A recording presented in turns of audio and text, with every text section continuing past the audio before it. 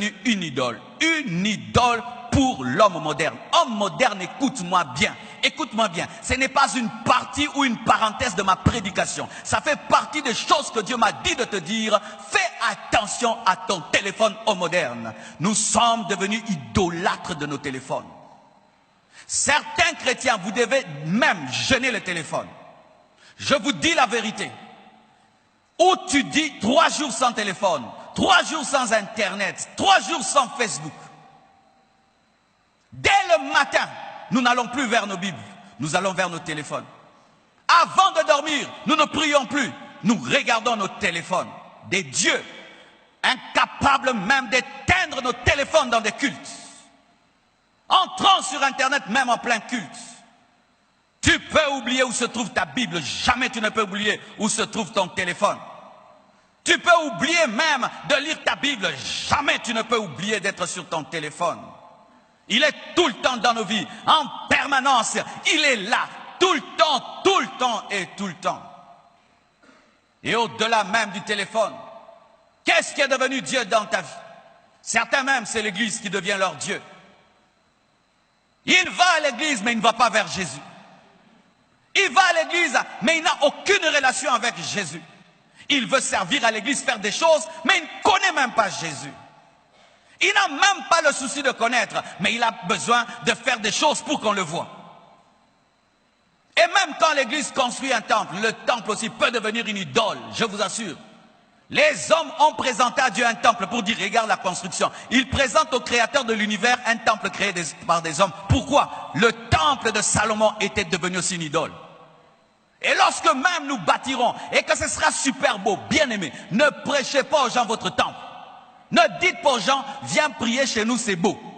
Ne dites pas aux gens, viens prier à l'église Compassion, on a construit un grand temple. C'est de l'idolâtrie. C'est de l'idolâtrie si tu t'attaches à une église pour la construction du temple. C'est de l'idolâtrie que de s'attacher à l'église parce qu'elle est jolie. Car là, Jésus-Christ n'a plus sa place. Et les hommes de Dieu aussi sont devenus des idoles. Des bonnes choses qui sont devenues mauvaises. Des photos des pasteurs dans les maisons des gens. Des gens qui sont prêts à se battre pour prendre des photos avec des pasteurs. Qui, lorsqu'ils te voient, ne demandent plus que tu pries. Il faut une photo, une photo, une photo. Où nous devenons des stars. Fermons même vos yeux de sorte que vous ne voyez plus Jésus.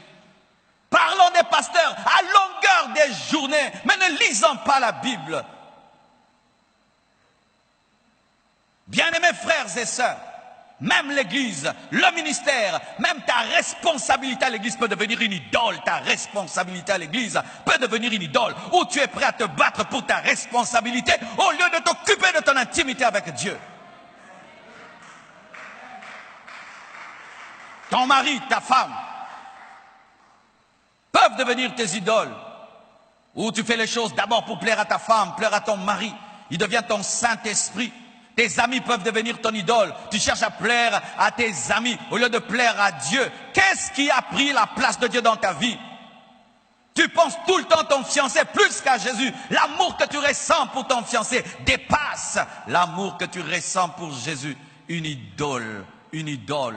Combien d'idoles sont cachées dans nos cœurs? Combien d'idoles, combien de choses. Certains, c'est l'argent. Ils aiment l'argent à un niveau. Ils peuvent briser les relations pour l'argent. Ils peuvent tuer pour l'argent. Ils peuvent se prostituer pour l'argent.